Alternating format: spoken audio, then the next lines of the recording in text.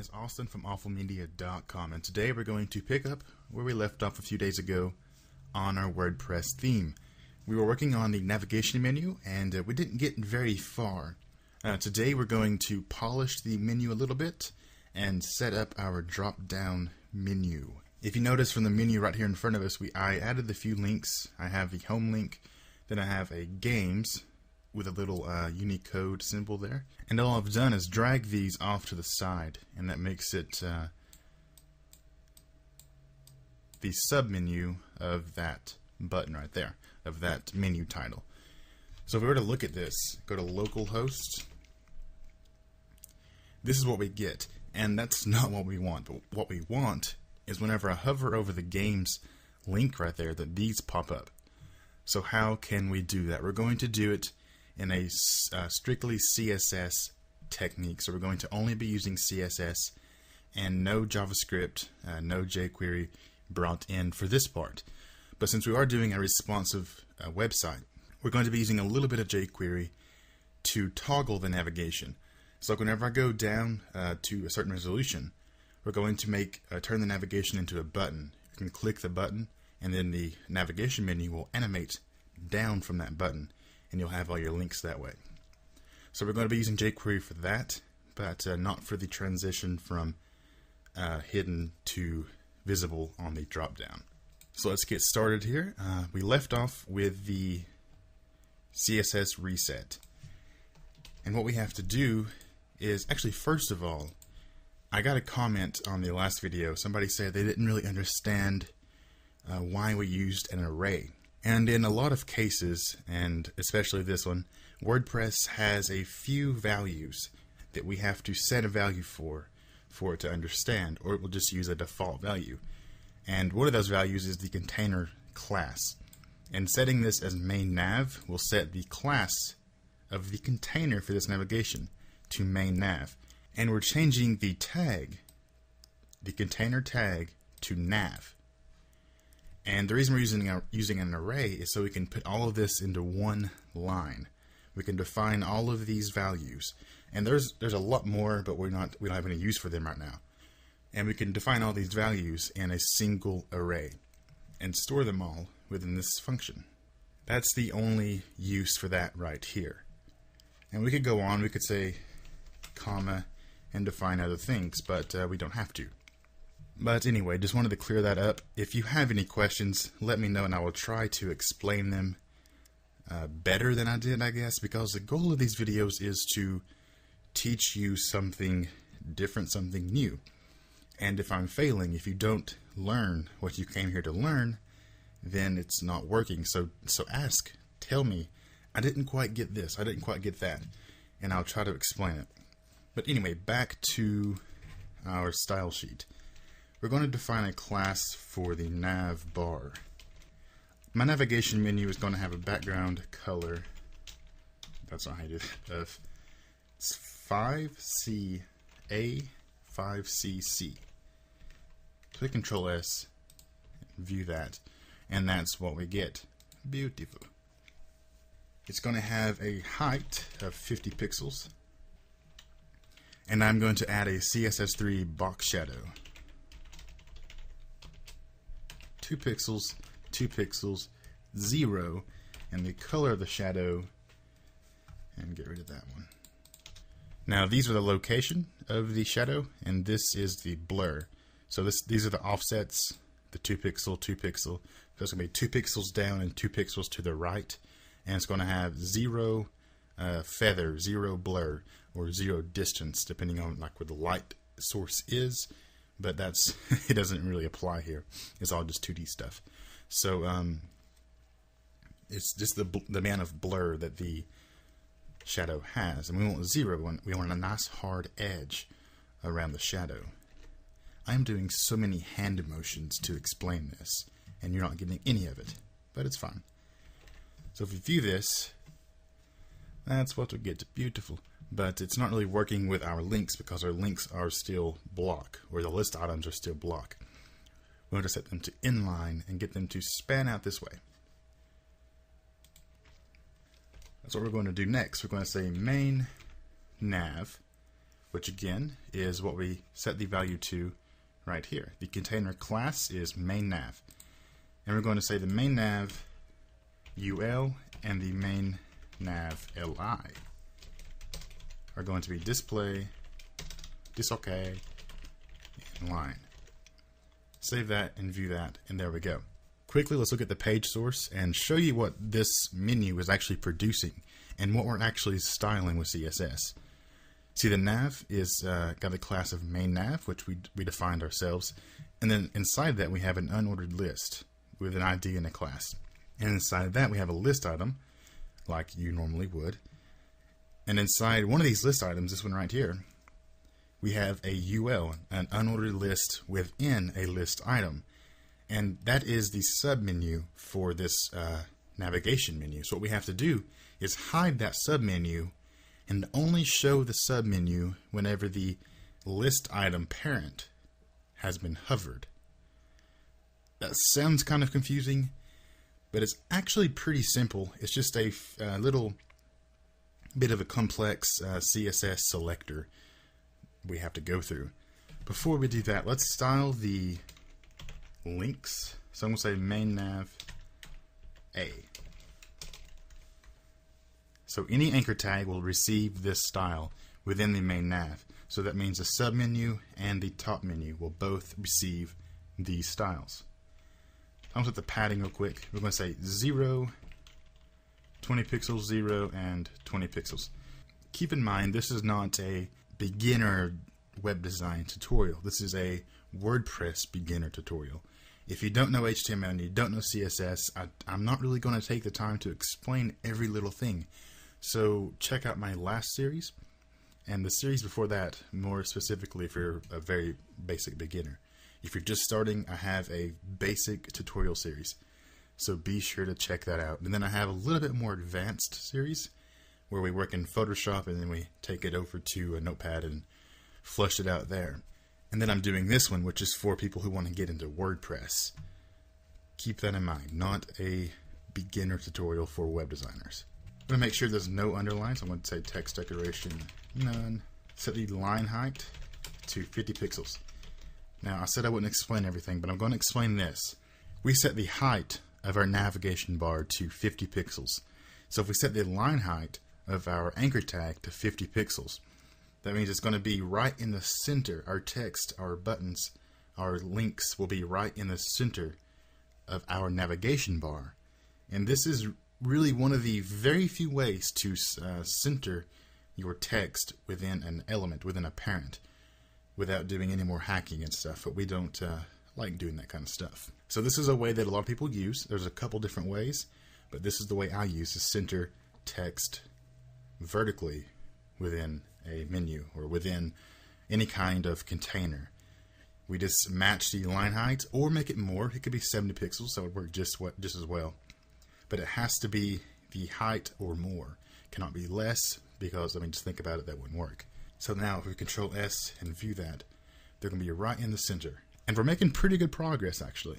Now let's set the color. It's going to be FFF, which is just straight white. And the font family, we're going to make it sans serif. So get rid of those serifs. Don't want any of those serifs. Pretty much the default would be Arial, but we're going to use sans serif as a more general family for that. So we'll most likely select Arial. If you don't have Arial, it'll move on to the next sans serif font installed on your computer. The next thing we're going to do is a hover state for these links. And when we do that is we say a hover. Background. We're going to change the background of the link when you hover over it. We're not going to add an underline. We're not going to change the link color, just the background color. Let's change the background color to 4E91B5.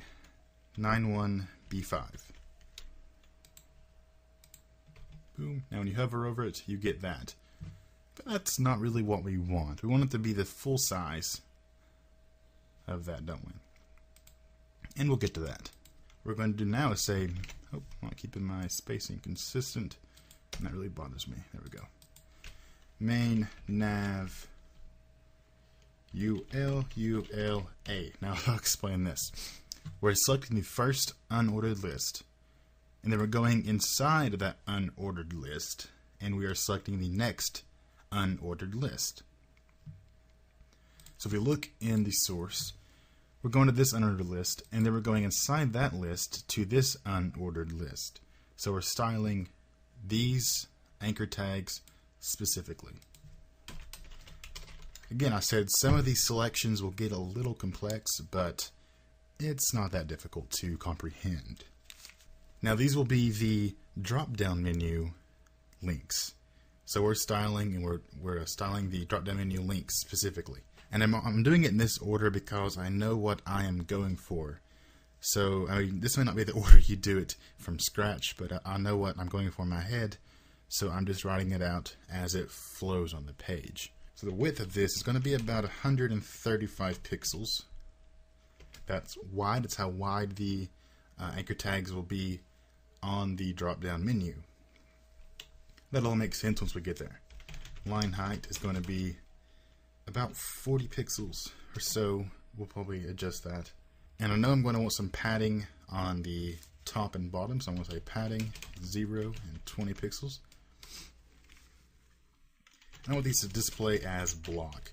The other ones are going to display as inline because they're within the list items, but I want these anchor tags specifically to display as blocks, so they stack on top of each other below our top level navigation menu. Now we get into a little bit more of a tricky area. We're going to say main nav ULLI. And we're setting the position to relative. That's because we're going to be moving the unordered list off the screen about like 10,000 pixels or so, just so nobody can ever see it. And we could actually just from the start just say, hey, I want this unordered list to display none. But then we could not use a CSS transition when we hover over it. So we want to actually bring it in off the screen and then animate it on using CSS. If we were to display none, we can't animate or transition the display property. So we're going to transition the position property we're going to be using. In this case, probably like top or left or something like that. And we want these list items to float to the left. Within the menu, they're going to float to the left. Try to picture this as we're going about it, because I've not hidden these off the screen yet, so they're still going to be there. And it's a little bit broken, but you'll see that all come together perfectly at the end. Well, not perfectly, but okay, it comes together. And this is where the magic starts to happen. Say main nav UL. So we're selecting the second UL. The UL within a UL. And we only have one UL within a UL, so it has to be that specific one. And we're going to set this position to absolute. Now that's why we set those up there to relative. See? This UL is within this LI. So now we can move this one freely outside of that one. Top is going to be negative 9999999 pixels, however many. And the reason we're doing this, again, I explained it, but we're taking this off the screen. So you cannot see it. They are gone. And this is one of the techniques for doing CSS dropdowns. We could have used left, we could have used right, but I just used top. I don't know why. And we're going to keep it at a very, very high pixel count. That way you know that the person viewing it can never, ever see it. Once to the left to 0, that way it's at the very, very flush side of the list item it's within. The opacity is 0. That's because that's what we're going to animate once it comes on screen. We're going to say, okay, now the opacity is 0, now let's make the opacity 100 on hover. And the top 0 on hover. See, that's how it all comes together. The background color for this UL is going to be the same as the navigation menu, so it looks like just one whole piece, which was 5CA, 5CC. So Control S and view this. Now you see it's gone. The links are gone. Text align is going to be to the left, because we want the links to the left of the container on the navigation menu. And let's match the box shadow from the navigation bar, the background color, which was 2 pixels, 2 pixels, 0. B5, B5, B5 was the color. Let's not forget our little pound sign thingy. And now we bring that back on the screen. Main, nav, UL. So we're selecting the first UL, LI. Then we're going to say on hover. When you hover that LI, I want the very, very next UL and only the next UL to be affected. Now I have to explain this because this is maybe not something you've used before. The UL, LI, and then you hover over that LI. So it's saying once you hover over the parent LI of this UL right here. So once you hover over this, I want to change the styles of the very next and only the very next UL.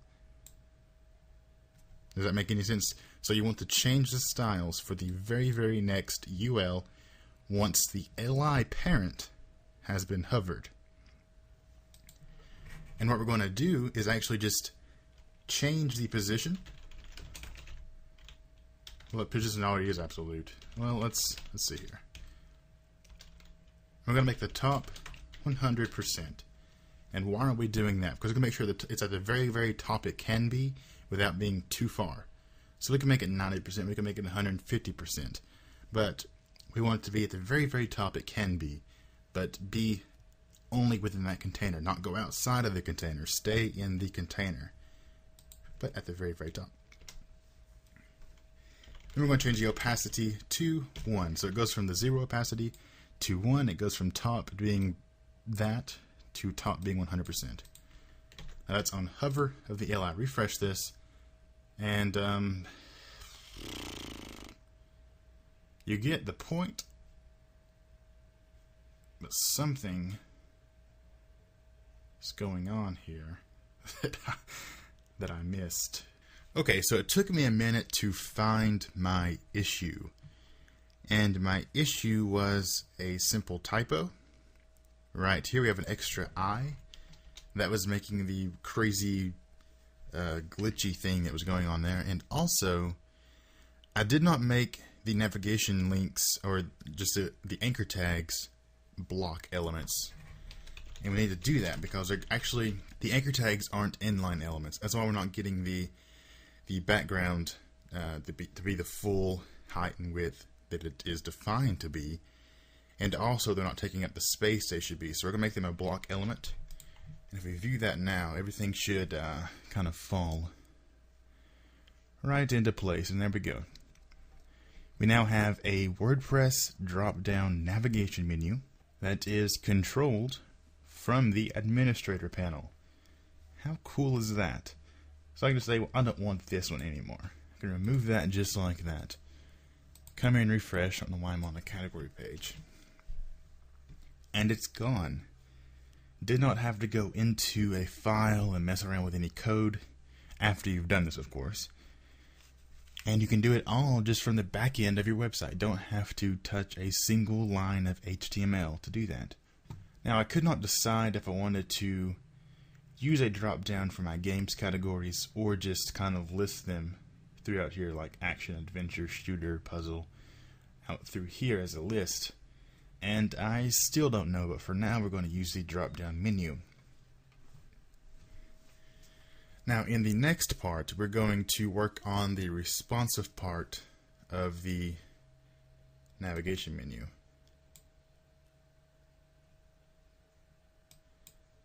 So you can see it responds the way we would expect it to, but we only have 2 links on the nav bar. So it doesn't really have, we don't have much we have to restyle to make it work. But if we add a couple more links out through here, you'll notice that we're not going to have room for them. So it's going to mess it all up.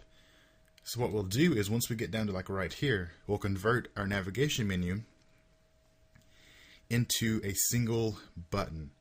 And you will touch the button. I'm assuming you're on a phone or a tablet. Touch the button and it will show your navigation links, and touch the button again and it will hide the navigation links or something like that. We're going to be using JavaScript. We're going to be using the jQuery library and do all that. And it's going to be pretty quick, but it's going to be pretty cool. And it's a very, very effective way to create a responsive navigation menu. I did a tutorial over a responsive navigation menu, but we converted a anchor tag or like a link-based system into a select menu, the HTML select menu. And that's not really ideal because they're really difficult to style. That's pretty much it for this video, though. Let's add another link here. Save that menu. Let's look at that. How cool is that? Notice our hover background is working properly now that we fixed the display issue. And now if we were to resize this, you see it's right on the side of that. But if we add another one, just using random links here, about, add that to the menu, save menu, look at the menu. See, it's there. We go down and it's gone because it fell right down here. But since our navigation menu has a set height, it just kind of falls out of that. We could hide that by saying overflow is hidden, but we want the link there, so we're going to have to deal with that in the next tutorial.